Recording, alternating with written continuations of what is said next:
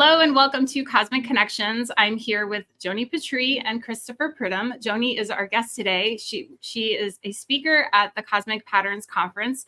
I'm super excited to speak to Joni because Joni is a Vedic astrologer. She has a lot of experience. She's been doing astrology for 40 years and she's authored many books and also appeared on national and international television. She regularly teaches worldwide, and she's been invited as a keynote speaker to many different countries to be able to speak. And she's also the founder of University of Vedic Astrology, which is an online certification school. And you can find that at universityofvedicastrology.com. She also put out her Galactic Planner. Her Galactic Planner is where you can look at your own transits. It's really interesting. We'll ask her some questions about that. And she is the organizer of the Future of Astrology Conference in Dallas, Texas. So Joni, thank you so much for joining us today on the podcast. How are you doing? My pleasure to be here. I'm excited. Thank you for having me.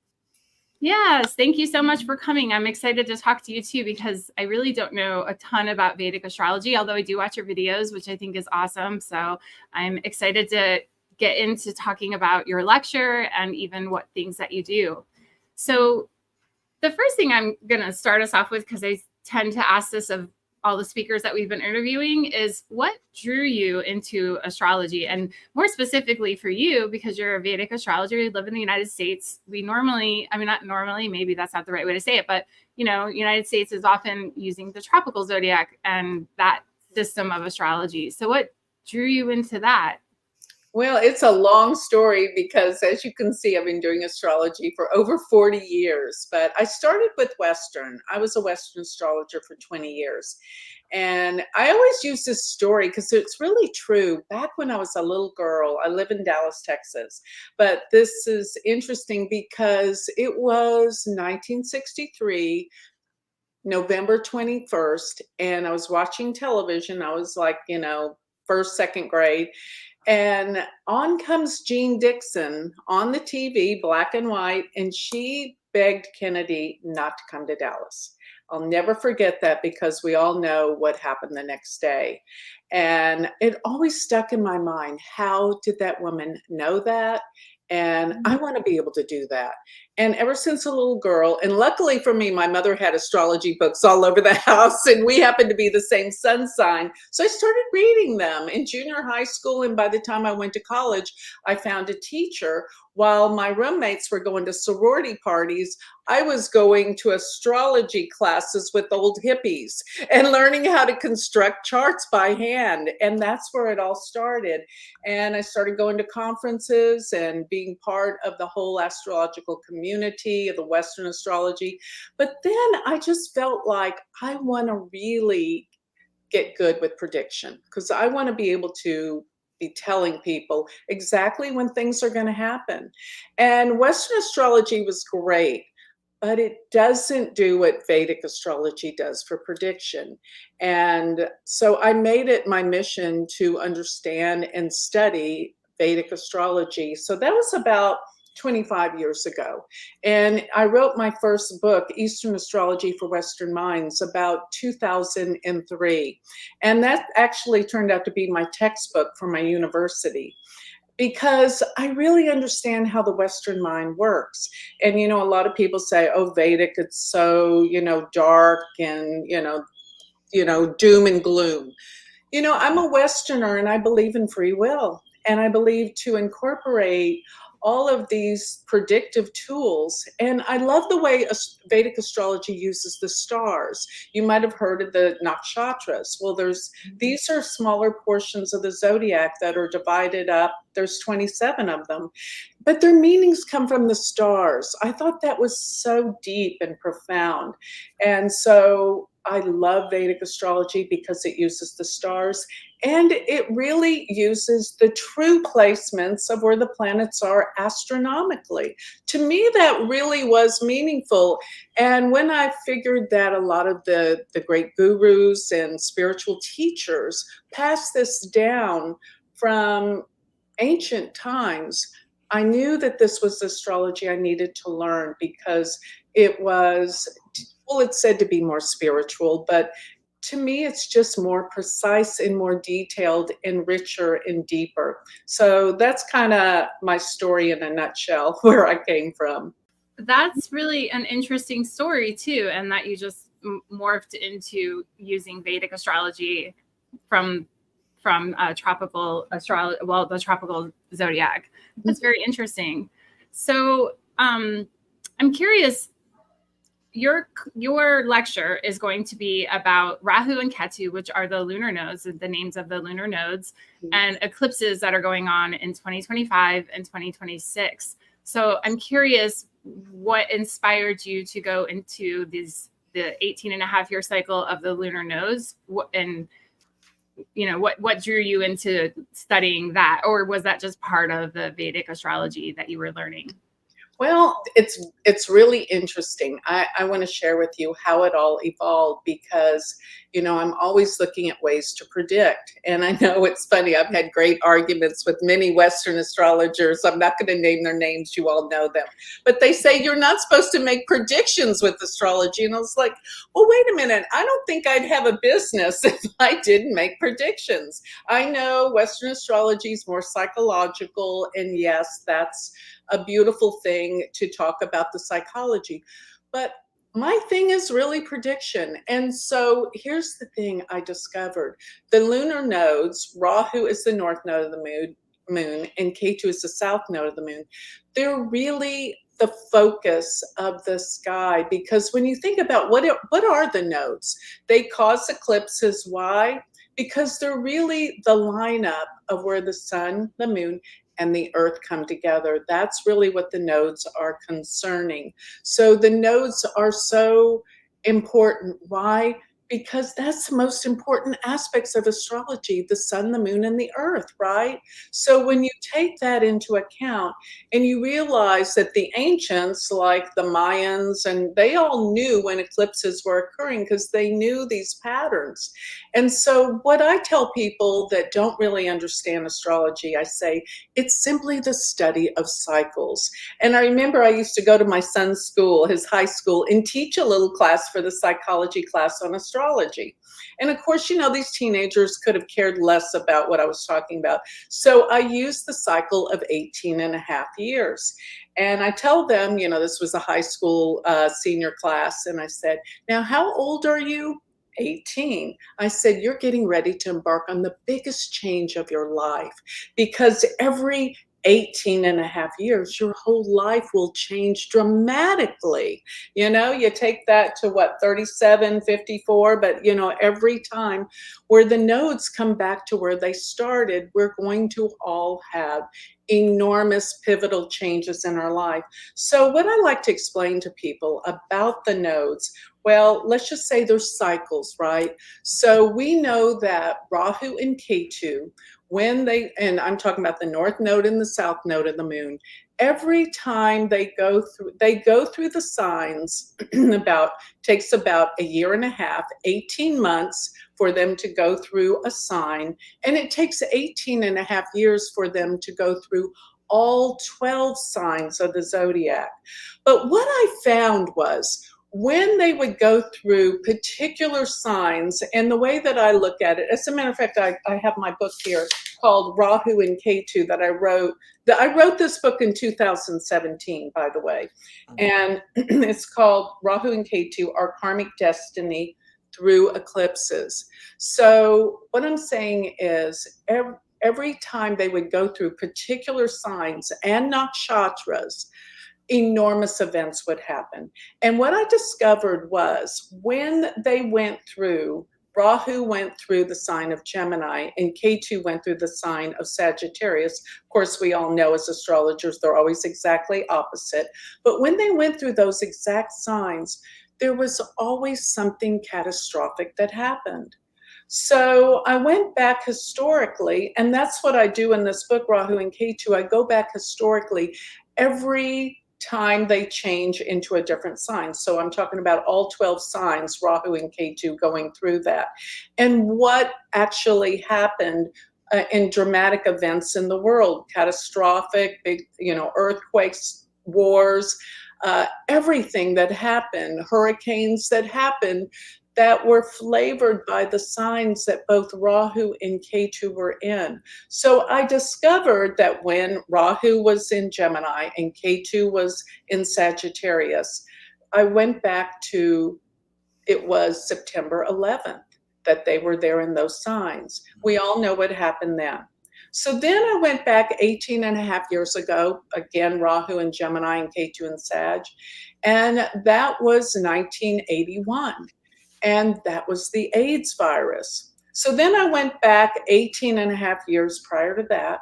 And it was 1963. That was the Kennedy assassination. So I went back again, 1945, and it was the bombing of Hiroshima. So you see, and then it just keeps going back. And I even discovered that when you flip-flopped it, Ketu and Gemini and Rahu and Sag, that in 1918 was the pandemic that killed 50 million people in the country. So I saw this coming upon us, right? Again, and I saw it happening in 2020. So I wrote this in 2017, and I said, there's going to be an event that changes the world forever, 2020. And what I found was, when you look at the nodal axes like this, when they're with outer planets, such as, and I use the outer planets, I know that's what detained me for years, not going into Vedic actually, because I use Uranus, Neptune, and Pluto. And I found a way that incorporates them in the Vedic chart. But when we have these nodes, right, going with the outer planets, but then the faster moving planets like Mars comes along and triggers it, that's when the events happen. So if you figure that Rahu and Ketu are in a sign for about 18 months, usually within that Mars will trigger it by conjunction or opposition, and it does trigger the events. So I found that these nodes were the biggest determinant of what's happening in the world, because, well, not only are eclipses happening there, but another thing that was interesting is when you have them tied up with Jupiter or Saturn, they're the social planets. You're going to find major changes in the economy when you've got Rahu and Ketu tied up with either Jupiter or Saturn. And then when you have them with Uranus, Neptune, or Pluto, major events happen. So I wanted to be able to predict the next 20 years using this. But in that book, I predicted that there was going to be a catastrophic event that would change the world based on, well, here's what we do as astrologers. We go back historically and look at where all the planets were to try to understand what caused the event. And then when we see the events with the planets come together again, we're able to make a prediction based on historically what happened. So that's what I'm doing with my new book. I'm talking about the next 20 years. By the way, it's going to be 2038 that they're going to be back together, and it looks really intense during that time. But what I wanted to do in this class, just to sum it all up, is to go into what I see with the nodes and the eclipses in 2025, 2024, the rest of, well, it'll be 2025 by the time that the conference comes, but 2025 and 2026. So you can see what I'm looking at. And here's what my quest is with looking at it. The first thing that you have to look at, number one, is what signs they're in. Then the second thing is the nakshatras they're in. And then again, if you're looking at the nakshatras, what fixed stars are conjunct the Rahu Ketu, as well as any patterns with Saturn or the three outer planets, Saturn, Jupiter, or the three outer planets. Those are the preliminary things that I look at when Rahu and Ketu go into a sign for that 18-month period, what it will bring accordance to those notes that I just told you about. So tell me what questions you have about my long dissertation here about what I'm going to talk about. Okay, so first, the observation is, and we all know kind of Vedic astrology is really good at predictions. I mean, that's what it does do. So it has that practical aspect to it. And using the sidereal, chart, and I assume all the things you've been talking about are all dealing with the sidereal, correct? Correct. Okay. But let Yeah. me explain something. When you have aspects in Western astrology, they're going to be the same in Vedic. They're just in Yes. different. They're just in different Times. times. Yes. Right. So that's why when you were talking about going into the Gemini Sagittarius, were you dealing with like the first degree, or are you dealing with just within the 30 degrees, or what are you dealing with there when you talk about that? The whole 30 degrees. Oh, the and whole 30 degrees. Okay. But I find that the nakshatras that they were in are the most catastrophic, such as in Gemini, there's a nakshatra called Ardra. Right. And Ardra's symbol is a teardrop. And Okay. it's ruled by the god Rudra, which is the storm god. So it deals with, that kind of extreme. Okay. And then in Sagittarius, there's the nakshatra that's called Mula. And Mula is ruled by the god of destruction, Niriti. So those two are and they're 13-degree, 20-minute sections of that time. Right. But when Mars comes in to trigger the Rahu and Ketu, in almost all of the instances, that's when the events really happen. Now, when you say the Mars comes in, are you dealing with any aspect? Yes. Are you dealing? Okay, so as like, long as it aspects it. Yes, Mars, mainly by conjunction and opposition. Okay, mainly conjunction opposition, but possibly squares or something to that effect. Exactly. Okay, all right, Got interesting. Yeah. Interesting. So you're going, and it is. I liked your approach when you're dealing with Rahu and Ketu and the combination of the Sun, Moon, and Earth. That's really nice. Just as a visual, trying to that is a real practical bringing the luminaries, the big luminaries, down to Earth. That makes it very practical, mother father kind of dynamic with the child almost. And if somebody doesn't understand that's watching what Rahu and Ketu, I know you both know this, but what Rahu and Ketu actually are is when you take the ecliptic, which is the path of the sun around the earth, and you have the point where the moon hits that ecliptic going upward, that's Rahu. And then exactly opposite to that is where the moon hits the ecliptic going downward, and that's Ketu, the south node of the moon.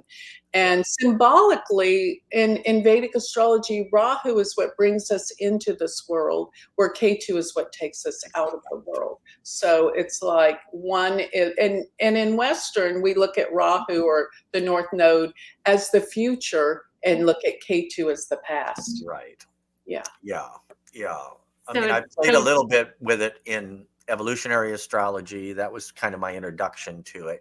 But then I got into, I love the nakshatras because they can just give you some insight into points that you just can't get anywhere else. Exactly. One of the things that we have with convergence is the idea with the conference of bringing a lot of different methods in astrology that work. That we're not saying this is the right way or that's the right way. It's okay. We're just saying these are things that work, and trying to, open people up to like, hey, you can use this here. Exactly. I mean, because if you're going to use like the vibrational astrology that we may use, that's not really predictive. It doesn't really do that. That's not what it's made for. But sometimes you like to do that. Like, let's see. And, what you're offering there is really good. I mean, and it is. I mean, you can go historically and you can see the Vedic astrologers, that's what they're good at. And I do like the idea that you're now you have a way of including the outer planets. That's awesome. Yeah. That's really nice, because that gets because different astrologies are like a different language, and it's like, okay, what does that mean? And we're sort of interpreting it this way, and okay, how do I switch that over in my mind?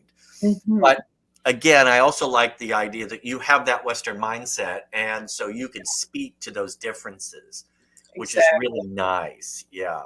And while we were all locked down with COVID, I wrote 3 books, and they were each on the outer planets, one on Uranus, Neptune, and Pluto. And what I discovered was this mainly. The outer planets are transpersonal. They're not as personal as the planets that are visible to the naked eye. So they affect humanity, and as we all know, different generations are flavored by the outer planets. In terms of, you know, when you go to school, all of your friends are going to have Pluto in a sign, and probably Neptune and Uranus. But what I found was so interesting about them, when you have an outer planet connected to one of your inner planets, it will enormously change the flavor of that planet. And what I discovered in the end, after writing about all three of these in great detail, is that when you have an outer planet tightly conjunct one of the inner planets, you will leave a legacy in this world. You will be remembered after your death. I found that in so many cases. It was just a fascinating research study. Yeah. That's And interesting. bad or It good. makes sense when you say it. It like that makes sense. Well, and for bad or good, because I was noticing Charles Manson had a few too, like Neptune with Mars. Imagine that. Yeah. Wow. Interesting. Yeah. Interesting. Yeah, that's That really is really interesting. Yeah. And another one I noticed while I was writing it was George Floyd had these almost exact conjunctions of outer planets with inner planets. I mean, he's remembered after his death immediately. Yeah. Went Yeah, down interesting. mysteriously. Yeah, that's, I mean, for good or bad, whatever, it's so Yeah. interesting how these outer planets are so meaningful and powerful. Yes. That's I that's didn't really I interesting. actually didn't realize that Vedic astrologers didn't use the outer planets. You totally just explained that to me, because I did not know that. I just Yeah. have not studied Well, it enough to it realize kept that. me away from it for years. It really did. And then I I found can see. two of them that used them, and I said, okay, well, then I'm going to learn this. Right. It's like traditional astrologers or classical astrologers, they might recognize them but don't necessarily use them. And I always thought that was weird too. But you know, it's Well, just, if you know it's there, then it makes sense in my brain. But you know, everybody has different older ways. ancient So. astrology, I mean, that's what it did. It didn't the unseen Right. planets. Well, but if you're in the modern world and you have like planets, it just makes sense to me. But I understand, you know, it is what it is. Yes. So that's Well, and really I do, Joni, so I've been finding lately a lot of use for the fixed stars as well, and I don't think they're explored enough in Me too. Western astrology. But then again, the nakshatras, that's where their meanings come from. The fixed stars and that grouping of the zodiac that it entails. That's so. In essence, when you're studying the nakshatras, you're really studying the fixed stars. Yeah, Mm-hmm. yeah. I mean, I've included it in some of my stuff that I'm writing, for me, because the fixed stars really, well, I've actually included it with ascendants and different things because Oh yeah. it really ties in dealing with not just let's say a Gemini ascendant, but a 5 degree, the difference between a 5 degree and a 4 degree and a 3 degree, and Yeah. actually even being able to pinpoint your birth time Yeah. through the definitions of the ascendants. You can literally see they were off by a minute. Let's say you're born at 1:32, but they wrote 1:30, because, well, it's about 1:30, 2 minutes off, but that can be such a major difference Right. depending on where it's at. But it can literally take you into the next one, and you can sort of see that in the ascendant and the descriptions, the difference between the stars that are there. I agree. So, Totally. yeah, it's fascinating, and I think also with the fact of the computers now that we can use, that Mm-hmm. enables us to do a lot more research, a lot more kind of tying these things together and using them more. Absolutely. So, Yeah. interesting. So you went from Western astrology into Vedic astrology, which again, I think your story's perfect. You saw that. It's like, how did she do that? And I want to do that. I want to be able to do that kind of prediction. That makes sense. Yeah. And you're right. If you're going to do that, Vedic was the way to go. Now, Mm-hmm. who were your teachers? Were they Indian, or where were you getting your where did you learn your Vedic astrology? Yes, well, and that's where I came upon where there was two Western Vedic astrologers here in the U.S. that use the outer planets, and it's Dennis Harness and Dennis Flaherty. And both of them, I used to have a metaphysical center back in the early 90s, and I would bring them to my center to teach. And I started with them, and then ACFA started, the American Council of Vedic Astrology. And so I was in the first class of ACFA graduates for certification, and there was two different levels. I went through them both, and then I became a teacher for ACFA. And then from that point on, then I moved off and formed my own school and all of that throughout the years. Wonderful. Mm-hmm. No, that's it's good you're able to find the Western. I had a friend who was trained in Vedic astrology, had done it for years, and he ended up leaving. It got so negative.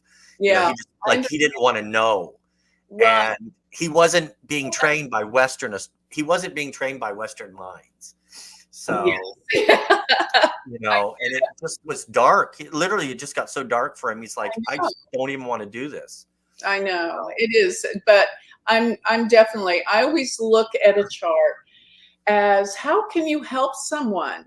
Because here's my philosophy, and I know most of us believe in reincarnation. Of course, I went into all the studies of Eastern philosophy, but I believe a birth chart is a sum accumulation of everything we've ever been before. And therefore, if you can see, people come in with all this karma, right? And they reiterate, they in other words, they pick up where they left off in their past life. And if we can see what the issues are, then we can change it. We are not doomed, and we're not supposed to be doomed. Otherwise, we keep coming back with the same issues, and most people do until they become aware and conscious. And that is what the chart is here to tell us. If you have a chart that tells you you have terrible relationships, well, yeah, that's where you left off in your past life, but you're here to heal it in this life. And if you don't, you're going to come back again and do it all over again. And so again. It's a tool for us to see where we can improve and what opportunities. And I believe to know your future is to be able to shift it and change it, not just to white knuckle it till something happens. Right. Yeah, well, that's great. Yeah. I mean, again, I like because it's a westernized sort of version, or at least more of a modern mindset to because there is so much truth in Vedic astrology. Yes. It's and amazing. I believe in the law of attraction totally. What you put out, you are going to get back. So, I mean, that's sort of karma. I mean, that's exactly. If you take it, that's where then you reap what you sow. It's in the Christian tradition. It's in all the traditions. Yeah, I 100% am with you on that. That it's, and you reap it pretty fast sometimes. You do, especially lately, it seems. It comes back really quick. So that's really good. And then in your predictions, I mean, I'm always again fascinated because I know you're following. They have a more strict rule set, I would say, in Vedic astrology. How long do you think it took you to really sort of come to a comfort level in Vedic astrology? It makes me laugh because when you first get into it, you argue so much if you're like me, because I was a Western astrologer and I'm like, well, wait a minute. How can that be this in Vedic if it's that in Western? I argued and argued and argued. How can this planet be exalted in this sign when this is an enemy to this, all that stuff. I would argue and argue. Finally, when I just said, okay, I'm going to surrender and I'm going to learn this and quit the arguing and figured out that it is just a system all its own. Here's what we try to do at first. We try to make Vedic astrology into Western, or we try to put Western into Vedic astrology. And you can't do that. It's a separate system. Do you do that when you learn Chinese astrology? No. So it's like, let it go. Quit trying to put one into the other. And, and I teach at all the Western conferences and people will go, well, in my Western chart, and I said, stop it. I don't care about your Western chart. Just learn this. Let that go and learn this without arguing. Yeah, but this is, well, I have my Western this and my Western. No, just learn this and you'll learn it so much faster.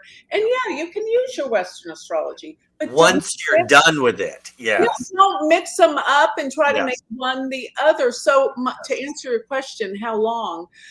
It really, if I didn't argue, it probably took me 2 years to really get comfortable, but maybe a year if I wasn't so adamant about trying to make Vedic astrology into Western astrology. Interesting. Yeah. Okay.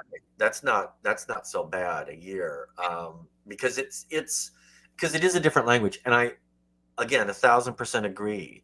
If you're going to learn a system, you have to take it as that system, because this is how I find, for me, just in using the nakshatras, you have to ignore the Western rules and you just use it the way that it's used in Vedic astrology, and it will give you an answer. Now, you can look at the chart through Western astrology and it's going to give you an answer, and usually the answers come together, like they fit together. It doesn't matter, like if you're a literalist though, and that becomes a bit of the problem. Sort of, if you're a literalist, then it's like, well, one has to be true and one has to be false, and that that doesn't work. That's not right. And another thing that's so fascinating with Vedic that most people don't realize is when you use your moon as the ascendant.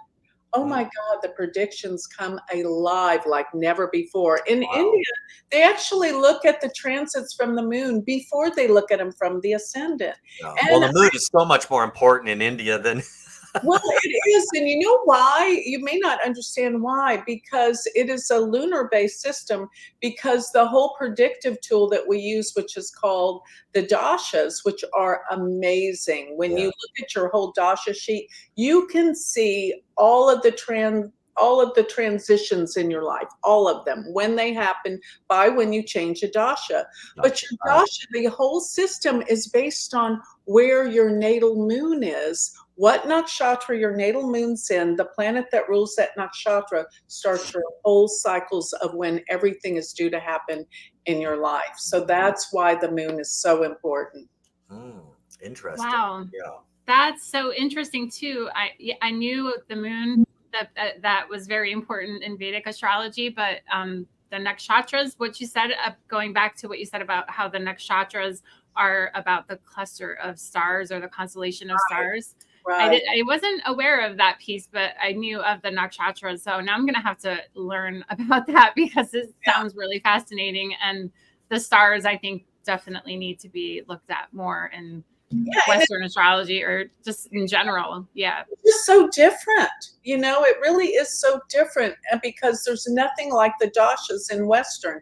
And people probably try to compare it to the progress chart or the solar arc. You know, I did everything. I even taught Uranian astrology. Let me tell you, because I was always searching for different tools and techniques that worked. You know, all the midpoints. I've used it all, seriously. I've learned all of the what am I trying to say? Well, in Vedic, we have the divisional charts too, which, when you understand the mathematical formulas to these divisional charts, it gives you so much respect, especially for numerology and math, because there is the ninth division. When you divide up a sign into 9 divisions, it also like made me think of Nikola Tesla. When Tesla said, if you understand the meanings behind the numbers 3, 6, and 9, you'll understand the makings of the universe. Well, Vedic astrology actually does the most important divisional charts are the third, which in Western you kind of use it when you talk about the decans. That's the Drekanas. It's divided into 3s. It's this mathematical formula. And then the D9, which is called the Navamsha, and divides everything into 9. It's kind of like harmonics. That's what I was trying to think of, kind of in a way.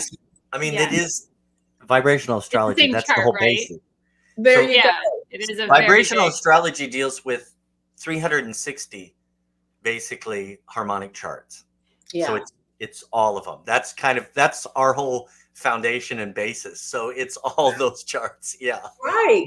So I mean, I just love the math behind it, and how everything fits in a divine perfect order when you understand numbers and how it all works together.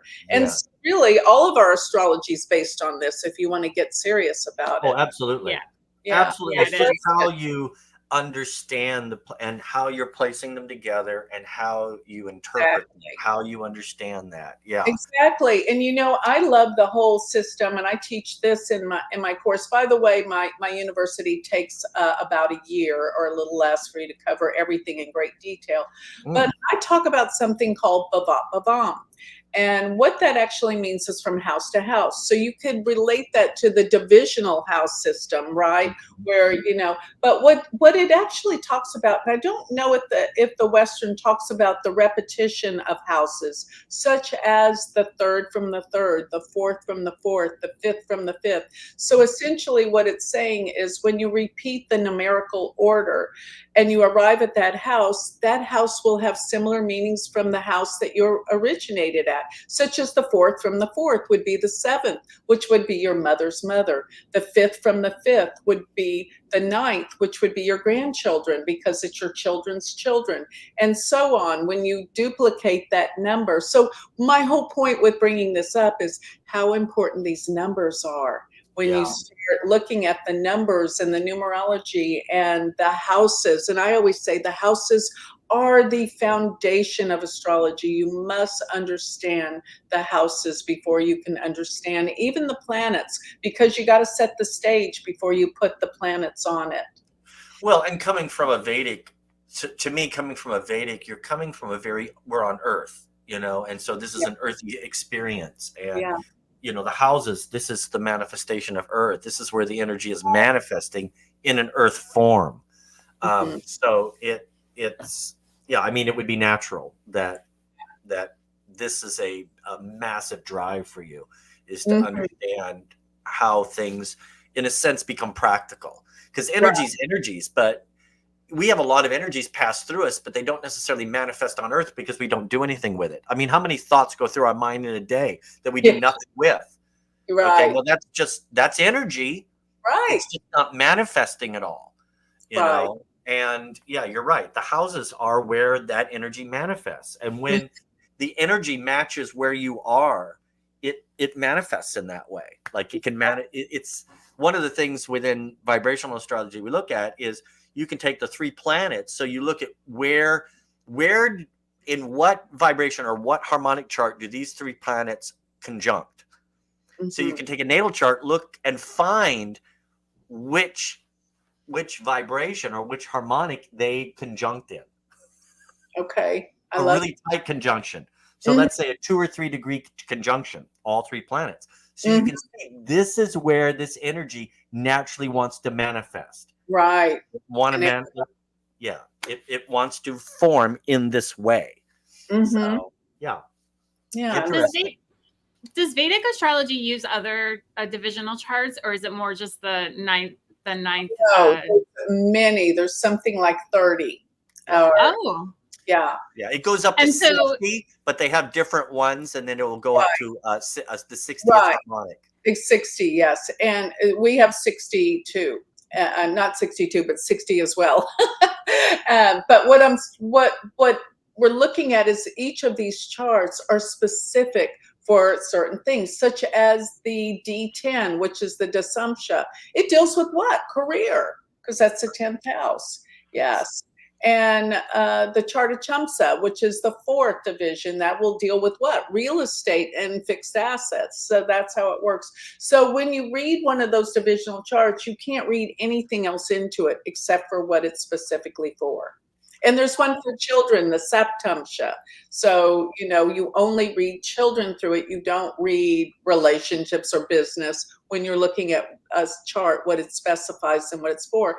And actually the Navamsha, the D9, which covers all areas, is actually specifically used for marriage too. That's very interesting. So have you, or do you do this and predict marriages or help people figure out marriages? Because I know that's something they do in All the time. Are you kidding? You don't know how many Indian mothers want to know when their daughters are going to get married. I've had some come to me as an American astrologer and thought, oh, well, they might be over here or something. But it's like, oh, well, I'm doing it differently. But, it's interesting because I know that their culture is that they wouldn't get married if it wasn't that there wasn't a good astrology between them, which is amazing. Yeah. Yeah. Yeah. My daughter-in-law is Indian. So it's, cool. we went over there for the wedding, but it was a a challenge. Oh, I bet. They needed to get, because they wanted the astrologer to approve it. Yes. And there's and different did they? astrologers. Well, they got an astrologer that was more Western, and he approved it. He said, yeah, your daughter will marry a Westerner. Will marry a foreigner. Yeah. Rahu is foreigners. And interestingly enough, I have Venus conjunct Rahu, and I married a foreigner. My husband's French. So, yeah. Oh, interesting. Yeah.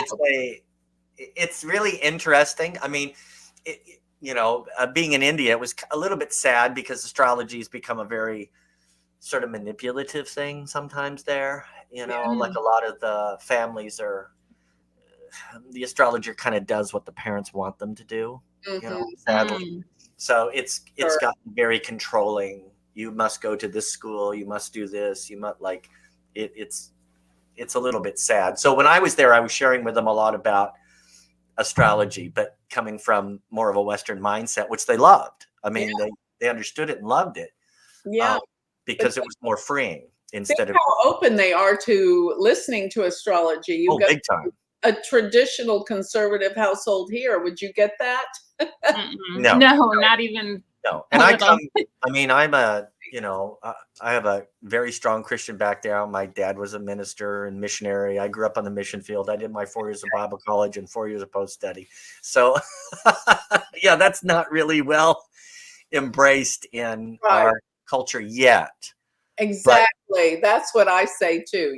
Yeah. But coming into this new dynamic, and especially as we enter more and more into the sort of Aquarian thought, and just, to me, it's far more coming out of the Piscean thought into the Aquarian thought. For me, is the Piscean it's sort of that conglomeration all into one. So there was one truth, everything comes into the one, where the Aquarian dynamic was far more of a, like, it supports the individual. That the group can support the individual. And again, that's part of the play of what we want in the conference, is that we're not about conversion, like you need to become this, or you need to become this kind of astrologer. Like this is the actual best astrology, or this is the only true astrology.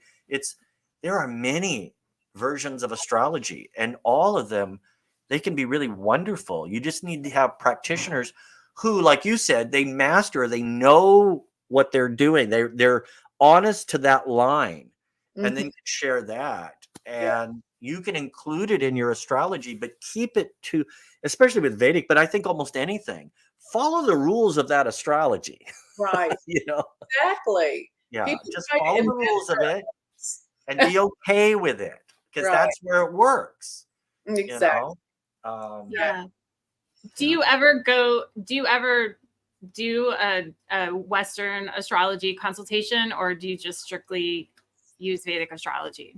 I know that there's, when we're talking about just the planet aspects, they're not changing, like you said. So, there's some similarities, I would imagine. Like I said, I'm not a Vedic astrologer, but I know, little bits of it. So, that's not changing. So I just wonder if you people will come to you and ask you that, or is that something you just don't do at all? Yeah, at first I used to put the Western chart next to the Vedic chart when I first started doing it. And then it just got to be where I didn't really need the Western chart anymore, because it really was going to tell me the same thing. So I just, to make my life simpler, I quit doing all that. Because, I still wanted to see, okay, where's the progressed moon? What's the solar arc direction? So, but I found I really didn't need that with looking at the dashas and the transits. Those are basically the only things I use. But sometimes I'll look at the solar return chart. We call it the Varshafal chart. So with those three things, really, I have plenty to make my predictions and give people guidance with. So I don't, so that I just strictly do the Vedic now.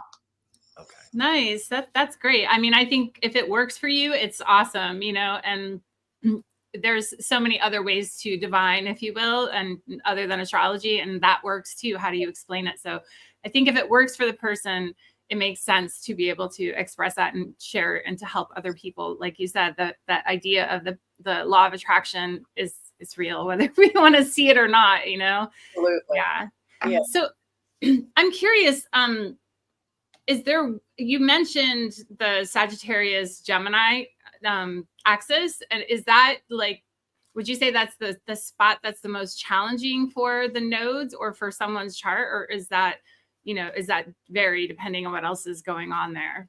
It is the most challenging I've found of all. And what I was going to do in this class, which I can, you know, share with you, is looking at other ones that are challenging, but they do different things. Just like some are more prone to storms and hurricanes and things like that. Some are more prone to, you know, certain different levels of things, breakout of war and things like that, such as, you know, the bombing of Pearl Harbor and all those different things. I went back historically and studied every major event in alignment to where Rahu and Ketu were, what sign, like I said, what fixed stars were there, what nakshatras, as well as what outer planets or Saturn or Jupiter were involved with the nodal axes. And then, you know, within that frame of 18 and a half months, when Mars would come in and trigger it is when it seemed to happen. I always look at Mars as the triggering aspect. Okay. That makes sense. Yeah, that and makes this sense. is also in your book. This is all talked about in your book as well, the Rahu and Ketu. Yes. Oh, wonderful. But the new book I'm working on right now, which I'm going to try to make sure that it's out by the time the conference happens, is for the next 20 years, what I predict. Oh, okay. Predictions for the next 20 years. With all of those combinations involved that I just spoke of. Wow. But in your Rahu and Ketu book, you go through the sort of the history. You sort of show that, demonstrate that, and show how to use this method as well. And this is going to be some of the stuff that you talk about then at the conference. So that'd be a really nice thing to be able to have you explain certain things, and then have the book that you can, you know, it helps people work through it. You know, so that would be awesome. Yeah, thank Yeah. you. I'm excited. That'd be so I love the nodes. I mean, of course. Yes. But getting anything that can help in a predictive way. Yes. You know, just looking at in people's lives, because sometimes they just need to know what's going on. I mean, I'm really big onto the lunar cycle. You know, that one's a massive one for me.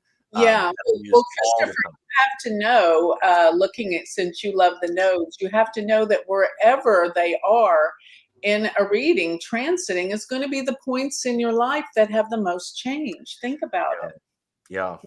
Yeah. Well, when you were mentioning the numbers, you know, what was it, 17 or no, 18 was it, and 30, I was going through them. I'm like, okay, yes, that's when this happened. That's what, like, right. And you know what is so interesting is the dasha sequence. The dasha sequence for Rahu actually is 18 years. I thought, wow, there's so much in these numbers, because it's 18 and a half years that it takes for them to go through all 12 signs. It's 18 months for them to go through one sign. And the Rahu cycle in the dasha sequence is 18 years. I thought, this is so meaningful. I love that. And 8 and 1 equals 9. So the 9 number comes up all the time. Yeah. Wow. Yeah. It's well, the Indian, you know, again, the Vedic astrology and numbers are unbelievable, but all within their culture and within Hinduism and everything. The numbers are just unbelievable. It is. I love it. Yeah, I do too. Numbers, like, you can really geek out over all that kind of stuff. How they'll just, and then when you see it, there's certain things I've done and you're like, is that really true? Like, I just saw it and I'm like, did I just imagine that? Or is that really, these numbers are actually doing this? Yeah. And then you're like, oh, I got to double check. I got to triple check it. It's like, oh my God. Yeah, true. I know. Well, that's what I did when I started realizing every time Rahu and Ketu were in Gemini and Sag, I thought, oh my God, every single time there's been an enormously catastrophic event during those times. So I do want to talk about my galactic planner because that's something I put out like a couple of months ago. Let me tell you a cute little story about this. So my youngest son, and I always say my university Vedic astrology is one of my greatest accomplishments in my life, except for my 3 sons. They're my greatest accomplishments in my life. But my youngest, he would always sit down and I would give him predictions for the next 3 or 6 months. And he would put it all in his phone, each day that I would tell him what happens. And so one time, he had graduated from college and I said, you know what? You're going to meet the girl you're going to marry on this day.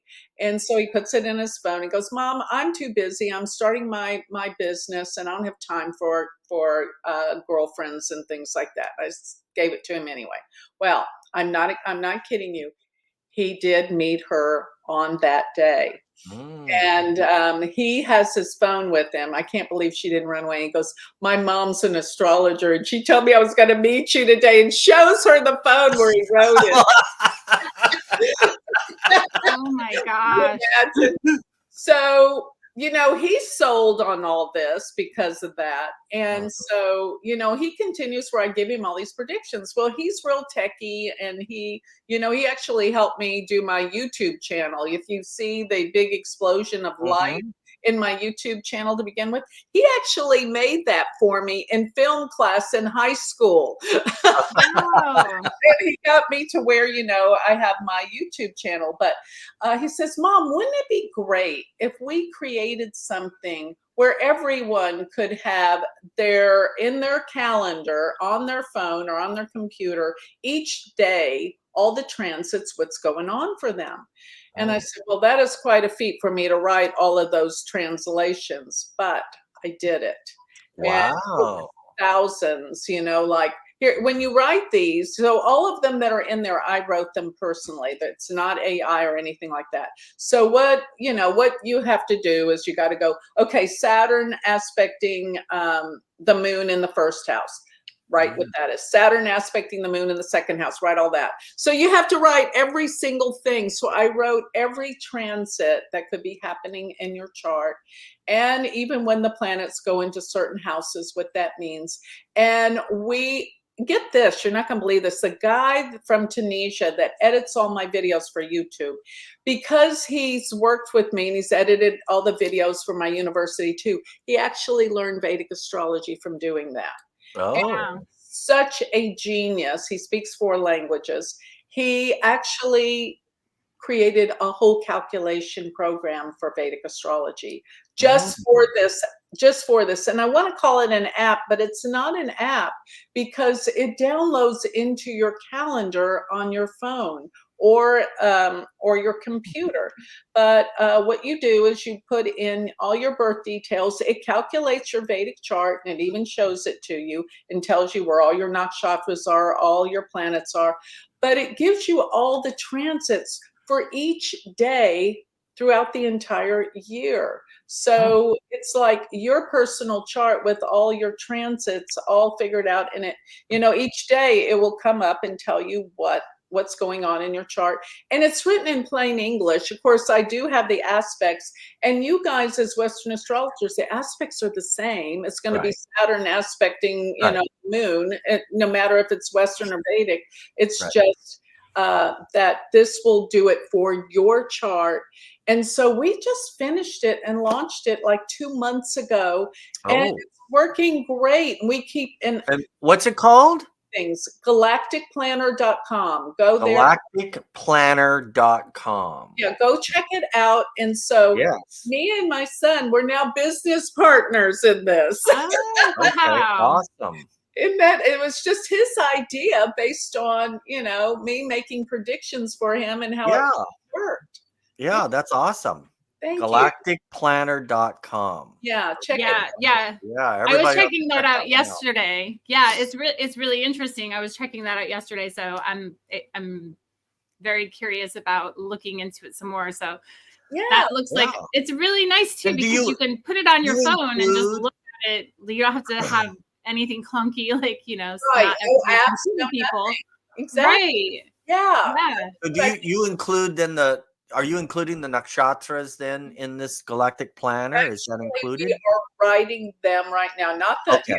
no, but the nakshatras, it'll give you where your nakshatras are, and in Okay. the glossary, you can read about each of the nakshatras. Right. But I'm just wondering because there's the nakshatras and the dashas and all when But you're moving into those things. So the you'll add those on later on, probably. we're going to be finished by the end of the year with putting on the Oh, dashas. And let me tell okay. you how much writing goes into that, Oh, I Christian. can only imagine. Oh my God, each Chris, planet Chris is knows. 1,200 translations. So we're going to have, over 10,000. As a matter of fact, Oh my one of God. my students is helping me, thank God. So Shrikala Ram, she's helping me write those because that Okay. is just overwhelming. Plus I'm doing readings all the time and writing Yeah. books and teaching, Yeah. like teaching for the university. And so my world is the world of astrology. Yeah. Mm. That's awesome. Well, this galactic planner sounds really interesting, like especially where you are and where it's going. Yeah, yeah, exactly. I mean, it's got a really nice transit one now, it sounds like. But Mhm. when you get that nakshatra and the dashas going, that opens up a whole nother world. Yeah, And that moves way beyond anything that, in a sense, Western astrology really does predictive Yeah. wise. It doesn't really do that. So yeah. that's fascinating. Yeah, that's So, exciting. yeah, so we want to make this mainstream. I mean, my Yeah. mission is to make astrology and specifically Vedic astrology mainstream. And I tell people this funny story. Back in the 70s, I used to do yoga. I Mhm. still do yoga somewhat, but still back in the 70s, I was real adamant about it. People go, yoga. That is so weird. I can't believe how weird you are, yoga.